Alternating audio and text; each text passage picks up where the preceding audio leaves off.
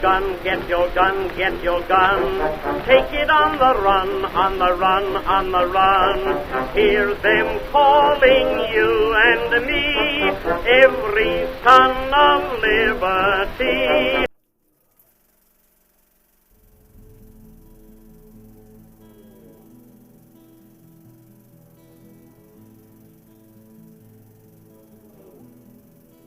World War I was called the war to end all wars. Europe was now at a new age, a crisis, where tradition and the modern day were increasingly at odds. Industrialization progressed faster than the mentality did.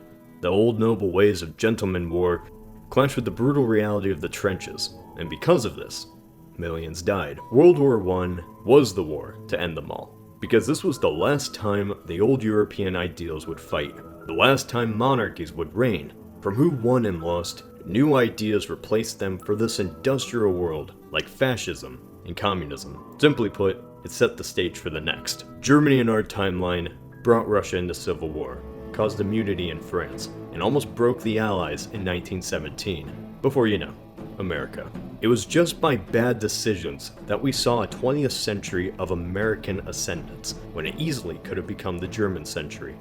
Only question is, what would this look like? What if in an alternate timeline, Germany and the Central Powers won World War I? Let's go back to 1914, with the assassination of Austrian royalty Franz Ferdinand. Ferdinand was dead by the hands of a Serb nationalist, and the dominoes began to fall into place. Treaties certainly forced a lot of countries to declare war for their allies. There is one military decision that Germany made that almost certainly lost them the entire war: invading Belgium. France had built up their military border in anticipation for a German attack. Germany, however, had a plan, the Schlieffen Plan: bypass the French defenses on the border by invading through Belgium, which was undefended. By going around this meat grinder, the Germans would have easy access to Paris. Well, that's not so bad. Belgium's tiny, they can't defend themselves. But Germany ignored that Belgium had one key friend: the British. And the British had one single condition that it stressed shouldn't be violated: don't violate Belgian neutrality. Germany, in a Prussian fashion, believed more in military action than diplomatic consequences, and marched anyway. It was this single act that brought on the wrath of the British Empire, redefining the absolute scale this war would be fought on. The British would block German ports and cut the transatlantic cable between the United States and Germany. In this alternate timeline, for Germany to not lose the war, one major step is it simply doesn't invade Belgium. By doing this, Germany avoids immediate conflict with Britain. Now, this doesn't guarantee the Brits would stay out of it.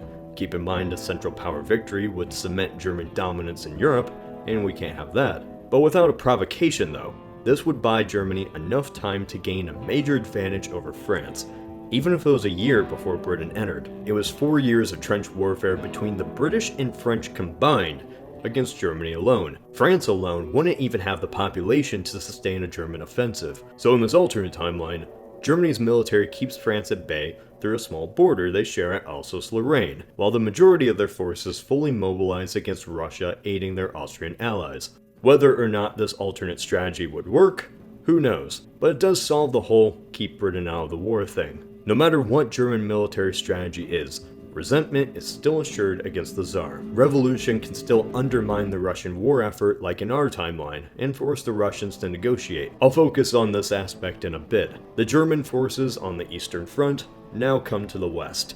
Millions of troops fighting in a small area until one side finally breaks. And without Britain, that side is most likely France. Germany then invades. In our timeline, Germany almost destroyed the French defense in 1917, before the Americans arrived. So it wouldn't be long before the French simply can't defend themselves and are pushed back. Soon, Paris falls. The war in the West and the East is officially over. Both sides tried to fight Germany and lost. Would Britain just sit back and allow Germany to beat two nations in a war, achieving complete dominance over mainland Europe? Probably not. They'd declare war. It's unlikely, however, that they'd win. As the British were the masters of the sea, the Germans were the dominant military of the land. It's doubtful Britain alone could put a dent in the German occupation. America would simply stay out of the war. In exchange for a ceasefire, an agreement is made very similar to the Treaty of Brest-Litovsk. In just one signing of a document, Germany and Austria-Hungary seize Poland, the Baltic states, Belarus, and all of the Ukraine and Crimea. By 1918, most of Europe is now either a Germanic puppet or in the Empire. Why would they do this? Germany feared Russian dominance. Russia for centuries was this backwater European wannabe. It had size and manpower, but was woefully poor and far behind technologically. In the last few decades, something changed. It began industrializing rapidly, and if Russia fully industrialized, there was no defeating them.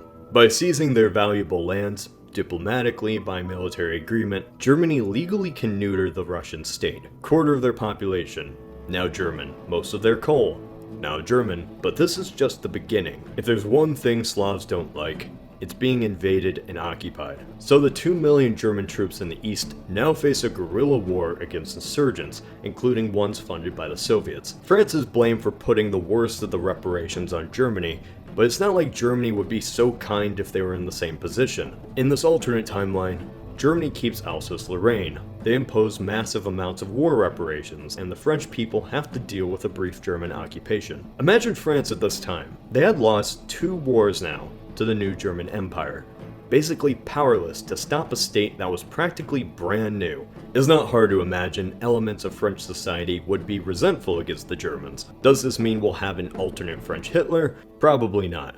Even if France actually did have a French Hitler, they just don't have the population to win a war. World War I was defining for one reason.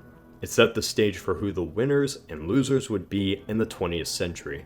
Not just in terms of borders, but ideology. Old European aristocratic ways died with the Kaiser and the Austrian Emperor. Don't think Germany and Austria expand monarchies to France or make the king a new power in Britain, but they do send a message that old European aristocracy and nobility is still relevant.